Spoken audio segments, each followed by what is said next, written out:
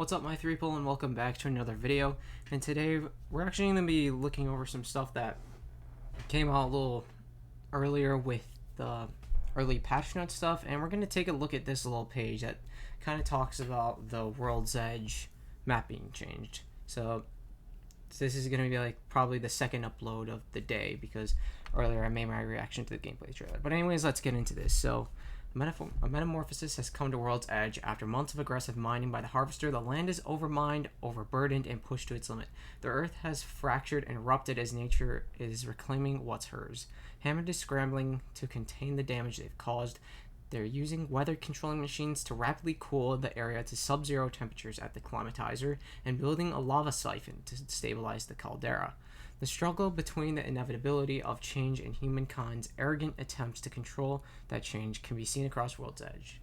Again, okay, so let's go over the goals with the Emergence update. For the Emergence update, we want to retain the design philosophy of World's Edge as much as possible while improving things with fun, fresh new gameplay spaces, and experiences.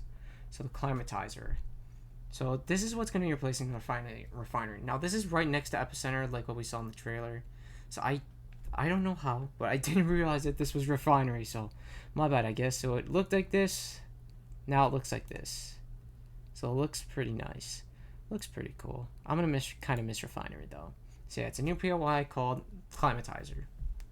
The idea here is that Hammond has constructed massive cloud seeding towers to cool down World's Edge, and then this new POI features the necessary equipment.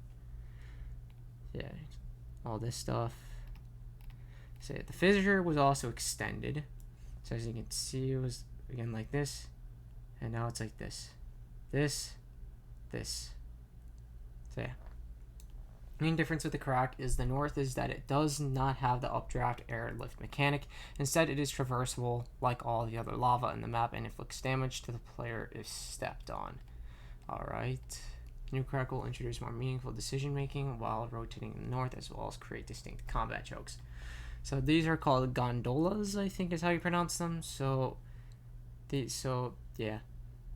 There's these little cart things that have been kind of seen elsewhere on the map, but these are like more advanced looking ones. So this is the lava siphon. So this is sorting factory, and this is lava siphon. So yeah, sorting factory was swallowed up by a massive sinkhole and replaced with this big POI called lava siphon. So this was made to pump out lava from the sinkhole and maintain lava levels throughout World's Edge. Mainly we wanted to introduce a fresh new experience here at this POI. The goals were to break away from the traditional free-flowing layout that existed at Sorting Factory and to introduce opportunities for chaotic, overlapping fights that stand out from other existing combat spaces in World's Edge. And offers a lot of interesting close encounter fights, and also introduces a new rotation entrance exit to the existing train track tunnel. Another awesome element of lava siphon, the giant sinkhole creates more meaningful decision making on landings. All this stuff. Train gondolas are also on lava siphon. Okay. And this is landside. So the seismic activity in the area caused a landslide, demolishing the train yard. So train yard, and then landslide. Fundamentally, our goal here is to prevent the prolonged fights that previously took place around the train yard, as well as improving the flow into the tunnel linking to Fragment West. So clarity to combat and all this stuff. Okay, so. And of course, we had the skybox exchange from gloomy World's Edge to blue sky, amazing World's Edge. I like that. Thanks for changing the skybox back. Okay, so seasonal change also be present. All this stuff. New rotations. We also wanted to improve some player flow and provide a couple of new rotation opportunities in the Emergence update. We're adding a new rotation at the dead end of Overlook to provide an option for players to rotate in and out of the POI. This is minor, but we think it. So it was originally like this. Now it's like this. I kind of like that, to be honest. New west rotation. So before it was just this, and now we have this. This. Yeah. So it's supposed to improve the flow. And that's all for the map changes and how they're described. Now let's get into the early leak patch notes. So this comes from a Gamestop article. So let's talk about these patch notes. So we actually have a little bit more of a description of what Seer's abilities are going to be. So the passive ability will be called Heart Seeker. So while aiming down sights, Seer can hear the heartbeat of nearby legends, helping him discover their location. Then we have the tactical ability, which will be called Focus of Attention. Seer releases several mini drones, and after a delay, they mark all enemies in front of him, interrupting their use of healing items and revives, and revealing their locations and health to Seer and his allies for 8 seconds. Pretty interesting ability. So the ultimate ability, Exhibit. Seer throws out his heart chamber, which releases hundreds of mini drones that form a sphere. Enemies that move quickly or fire their weapons in the sphere are marked, revealing their location and footsteps to Seer and his allies. Enemies can destroy the heart chamber by shooting and destroying it in a similar manner to stopping Crypto and Horizon ultimate abilities. And this is just all the lore involving Seer. So now let's look at the legend changes, buffs, and nerfs. So we're getting a caustic buff, seemingly. So instead of 5 ticks of damage per second, caustic's gas will now increase in damage every other second. So 5, 5, 6, 6, 7, 7, etc. With no limit on how much it can increase. That's big.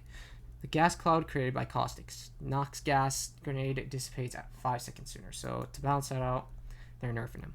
So we also got a Revenant nerf, and a pretty interesting one. So enemies will get an audible and visual indication when Death Totem's death protection is about to end, letting them know that Revenant and his allies are about to be vulnerable. Now we have a Horizon buff. Horizon's ability to maneuver while in the air on her gravity lift is adjusting to be closer to how it was in Season 7 prior to her substantial nerfs in following seasons. It's not a total revert though. So it seems like Horizon will be getting a buff to her strafe speed and her tactical, so it's a little bit faster. It doesn't seem like it'll be like quite as fast though. Kind of wish they could make it how so you can stay up in there longer though, because I think that's also a little bit of a problem, not just the strafe speed. So then we have a Fuse buff. So this one was kind of expected. So Fuse's knuckle cluster will last twice as long, allowing him to deny areas for longer. I hope they kind of up the damage with that because that gives it a really slow DPS doing that. And now another interesting buff. Enemies caught in the mother load will be highlighted even if they're in a building or behind a wall, making it easier for Fuse and his allies to plan their follow-up attack. That's a pretty decent buff, to be honest. I kind of expected it to be a little more bigger than that, but that's pretty good as well because it can be hard to see through those flames. So we know that the World's Edge got decimated, and we do know that these are the next maps, and we know that the Rampage LMG is coming, but here's some more interesting stuff. So let's go into the weapon hop-up changes. So at the start of Emergence, the Prowler will rotate out of care packages and once again become a ground loot weapon. However, the gun will only have burst fire mode, so you won't be able to switch it to automatic fire. So select fire is pretty much just gone. So in its place, both the Spitfire and the Alternator are rotating into care packages. In care packages, the Spitfire will revert to its pre-nerf state, kind of how I predicted, and the Alternator will automatically come equipped with Disruptor rounds, a dangerous hop-up that was added to Apex Legends in Season 2 and then immediately removed in Season 3 for how powerful it was. Disruptor rounds amplify damage against shields, shredding through even the strongest body armor at the moment. That is going to be nuts. The Alternator might be the scariest care package weapon now, but who knows. Because of these care package adjustments in arenas, you'll be able to buy the Prowler and no longer be able to purchase the Alternator or Spitfire. So in terms of hop-ups, both the Anvil Receiver and Quick Draw will be removed from the game at the start of Emergence. The traits of the Quick Draw will be automatically implemented into pistols, though to a lesser degree. Pretty nice. In their place, Apex Legends is getting a brand new hop-up, Boosted Loader. So this hop-up goes on the Hemlock and the Wingman, changing the guns so that they reload faster and get bonus ammo if reloaded at the right time, similar to the Deadeye's Tempo. It's a timing-based hop-up. So Emergence will also change the L-Star. The LMG will now also take barrel stabilizers and extended energy mags. Higher level energy mags will increase the time it takes for the L-Star to overheat and will cause it to cool faster when it does. I kind of like that idea. It kind of makes the L-Star I don't know. Really interesting. And speaking of speed, the fire rate for the EVA 8 when it has shotgun bolts equipped is being nerfed. Additionally, reload speed will no longer be tied to extended magazines starting in Season 10. Instead, that trait will now be tied to standard stocks and sniper stocks. That's a really interesting one that I was kind of surprised to see. And speaking of sniper stocks, marksman rifles will now start taking sniper stocks in Season 10 as opposed to standard stocks. Another really interesting change with the weapons. I wonder how this is all going to work out. So of course we're getting ranked arenas, then the Battle Pass rewards. So that's pretty much the main stuff I wanted to go over was the new weapon changes and the hop-ups and the buffs and nerfs are revealed. And Seer's ability names and descriptions for them. So yeah, that's pretty much all I wanted to go over in this little video. So I hope you did find this a little bit informational. I can't exactly tell if this article is completely accurate, but it's Gamespot, a gaming-based website, or whatever. Yeah.